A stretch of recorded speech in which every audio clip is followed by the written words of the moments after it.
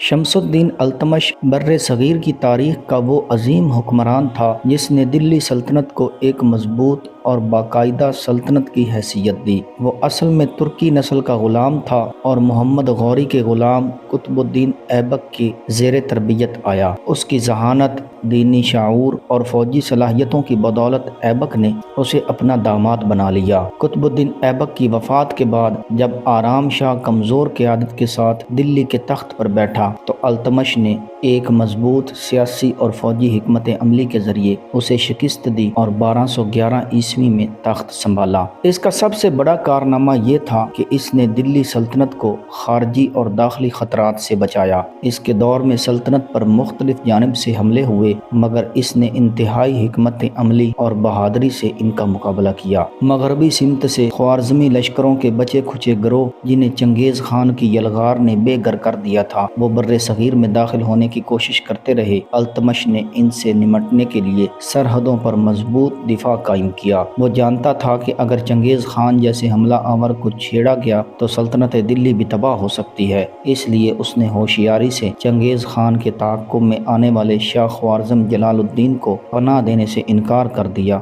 یہ فیصلہ اس وقت کے سیاسی حالات کو سمجھتے ہوئے نہایت دانشمندانہ تھا۔ داخلی طور پر التمش نے سلطنت کو مستحکم کرنے کے لیے کئی اقدامات کیے۔ اس نے کرنسی کا ایک باقاعدہ نظام متعارف کروایا، چاندی کا سکہ جاری کیا جو بعد میں دلی سلطنت کی معیشت کا ستون بن گیا۔ اس کے علاوہ انتظامی ڈھانچے میں دیوانی اور فوجی نظام کو منظم کیا گیا۔ وہ پہلا حکمران تھا جس نے دلی کو سلطنت کا مستقل دارالحکومت بنایا۔ اس سے پہلے لاہور اور دوسرے شہر مرکزی حیثیت رکھتے تھے۔ دینی لحاظ سے التمش ایک دیندار حکمران تھا۔ اس نے علماء، فقہا اور صوفیاء کو بڑی عزت دی۔ بر صغیر میں حضرت خواجہ قطب الدین بختیاری کاکی جیسے اولیاء کو اس کے دور میں عزت ملی اور دین اسلام کو پھیلنے کا ماحول ملا۔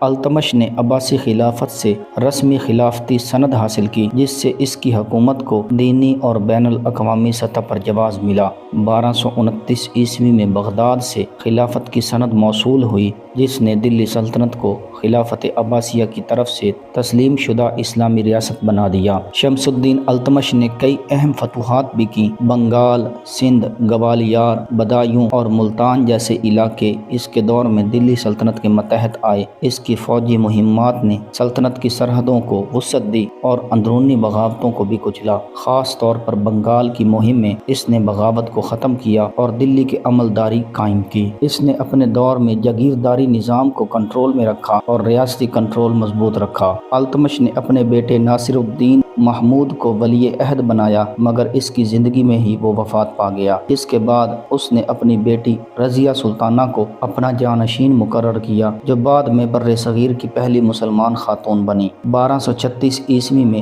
شمس الدین التمش کا انتقال ہوا۔ وہ دلی کے قریب مہرولی میں مدفون ہوا جہاں اس کا مقبرہ آج بھی ایک تاریخی نشانی کے طور پر موجود ہے۔ اس کی وفات کے بعد دلی سلطنت کچھ عرصے تک غیر مستحکم رہی مگر اس نے جو بنیادیں رکھیں وہ دلی سلطنت کے آنے والے 100 سال کے لیے نہایت اہم ثابت ہوئیں۔ اس کا دور انصاف، دیانت، سیاسی حکمت اور دینی خدمات کا درخشاں باب ہے جو اسلامی تاریخ میں سنہرے حروف سے لکھا جائے گا۔